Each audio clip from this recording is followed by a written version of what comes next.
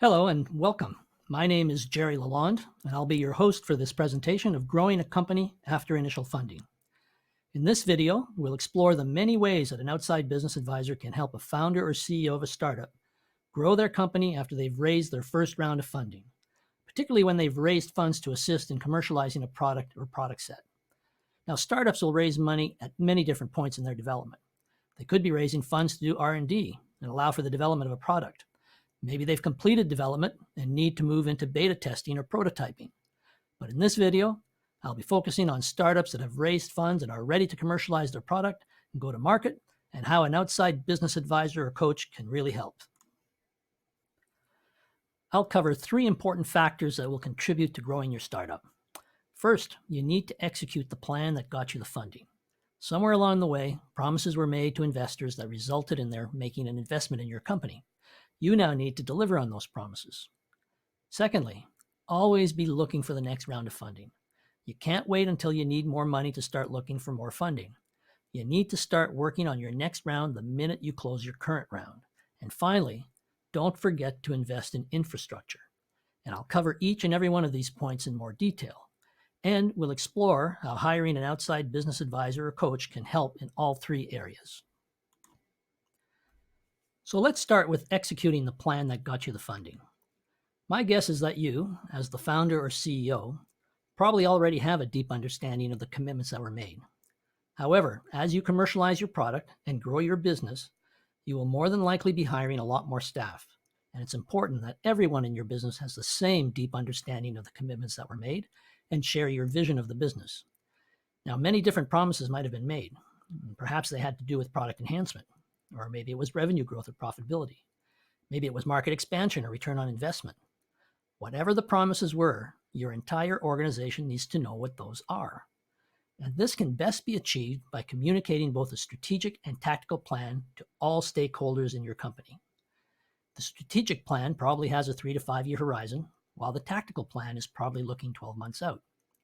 Building a strategic and tactical plan can be a daunting exercise if you've never done one before.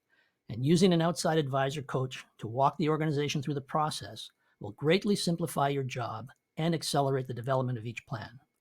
Without a well-articulated plan that all employees can understand and buy into, you will face more and more challenges as you grow your company. Getting it right at the start will set a solid foundation that you can build on. It's important that everyone in the organization is working to deliver the same promises to investors that you made in your initial pitch to them. And why? Because as your company grows, you will more than likely need more funding, and these investors are the ones that you will look to provide that additional funding in the first instance. If you haven't delivered on your promises, the chances of getting further funding from them is slim. So remember, always deliver on your promises to investors. But now that you have a plan in place, how do you measure progress, and how do you measure individual performance towards achieving the plan? Well, you need to set up metrics by which you will measure your performance against plan. It's not sufficient to say, hey, we will deliver $1 million in profit, or we will add 25 new customers, or we will achieve a gross margin of 60%, and then wait until the end of the month, quarter, or year to see if you've met those promises. No. Now you need to identify what actions need to be taken to achieve those goals and how you're going to measure progress towards the goals. You need to understand what activities or actions will be measured and reported on a monthly, quarterly, and yearly basis. Now, if you as the founder or CEO are more technically inclined or marketing inclined, you probably have limited experience in developing metrics and managing the complexities of a growing enterprise. This again is where turning to an experienced advisor or coach will pay huge dividends. Your advisor will help you set up metrics at work that align the entire organization to keeping your promises and help you communicate that progress to your board of investors. In addition, a good advisor coach can assist you in executing your plan and meeting your promises to investors. For example, a good advisor coach can assist you in building your management team, a key element to successfully delivering on your promises.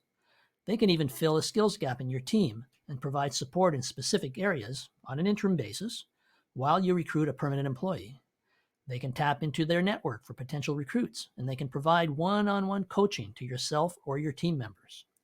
A good example of this is the need to have a CFO on your team, but you're not yet ready to bring in a full-time, expensive hire. Your advisor can act as an interim or fractional CFO or recommend one from his or her network. Another good example is just using your advisor coach as a sounding board to bounce ideas off of. A good advisor will make sure you are asking the right questions before making important decisions so that you will make informed decisions that have a higher likelihood of success.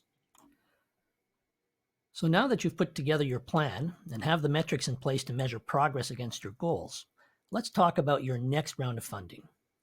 You have to assume that your startup will be successful. Otherwise, why bother? And this means you will probably need further funding rounds. And the faster you grow, the more funding you will need and the sooner you will need it. So the more successful you are, the more you will need new funding. The old adage that cash is king is never more real than for a startup. So until you become cash flow positive, which in high growth companies can take years, you will need to raise more funds. A big contribution an advisor coach can make is to keep you and your team focused on raising more funds. Your natural inclination will be to take up all your time and energy on sales, marketing, product development, production, and you can easily let the new funding effort slide. A good advisor coach will make sure you keep some focus on raising more funds. And of course, we know that raising funds takes time and effort. You need a well-developed pitch. You might need to do a roadshow or develop a new plan. Whatever the reason, it takes time, so you can't wait until you need the money to start raising your next round. The worst thing that can happen is for your company to fail, not because the product didn't sell or you didn't have the right business model, but because you ran out of cash. A good advisor, coach won't let that happen. But what do I mean by being focused on fundraising? Well, you need to be constantly promoting the company to potential funders. Remember my earlier point about going back to your initial investors for more funding? And this is possible if you've met your promises to them. But you need to be continually looking to expand your network of potential investors. To do that, you need to position yourself and your team as thought leaders, business leaders, innovators, or having a successful business model. Pick the one that works best for you, but you need to promote yourself shamelessly. I equate this to what an investor relations department would do in a public company. But rather than promoting the company to support the share price, you are promoting the company to facilitate the next round of funding and driving a higher valuation for your company. Again, the right advisor or coach can help you navigate the challenges of promoting yourself and can even tap into their network to bring in resources that could, such as hiring a public relations firm. In fact, I highly recommend hiring a public relations firm. They won't be that expensive, but they will make sure you have a presence in the investor market. They will make sure your name is front and center. They'll arrange speaking engagements for you and your management team. They will write articles and get them published in your name in the right publications. They will blog. They will do whatever needs to be done to make sure your name and your company's name is front and center in the right forums. Finally, let's discuss the need to invest in infrastructure. Again, I go back to the fact that you have to assume that your startup will be successful, and at some point, it will need processes and procedures that come with a successful and growing enterprise. It's a lot easier to implement those now while you are still small. So what do I mean by processes and procedures that you will need to run your company? Well, for example, how will you do business planning? Top down, bottom up, objective strategies and tactics, cascading goals? What about budgeting? How do you prepare monthly, quarterly, and annual budgets? How do you come up with costings? How do you track? How do you report actuals against budget? Internal controls, signing authorities, delegation of authority, which can often be an issue if you're not comfortable with delegating authority, but it's critical to do so as your company grows. Reporting to your board and investors. What do you report? How often? In what format? With what messaging? Recruiting and hiring. How do you do hiring? Do you do two-tier interviewing? Is it competency-based? Are there language requirements, technical versus soft skills? Employee performance management.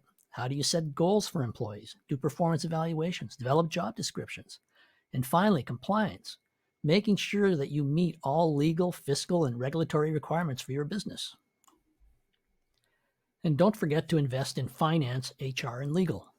I know to most entrepreneurs, these areas are viewed as overhead, cost centers, margin suckers, and a pain in the butt because they make you do things you'd rather not be doing.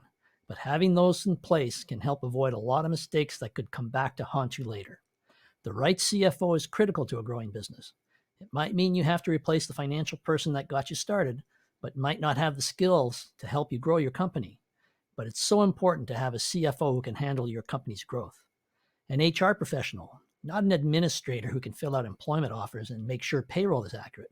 I'm talking about someone who can help you build the human capital that will allow your business to grow. You will be executing contracts, work orders, licensing agreements.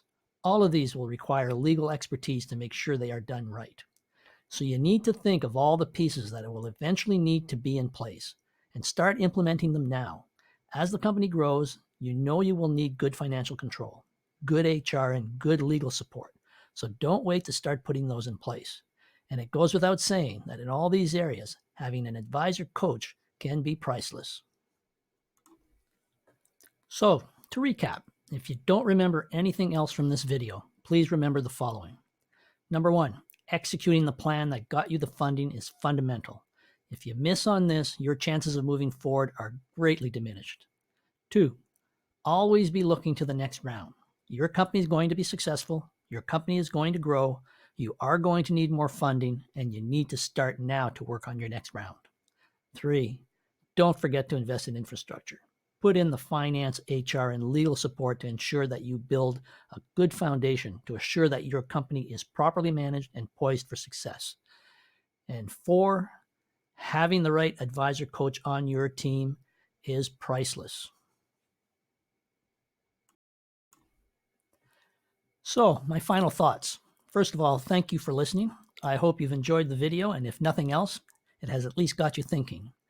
I am, of course, happy to engage in further discussion and can be reached at jerry.lalonde@CEO Solutions or message me on LinkedIn. I certainly look forward to our next discussion.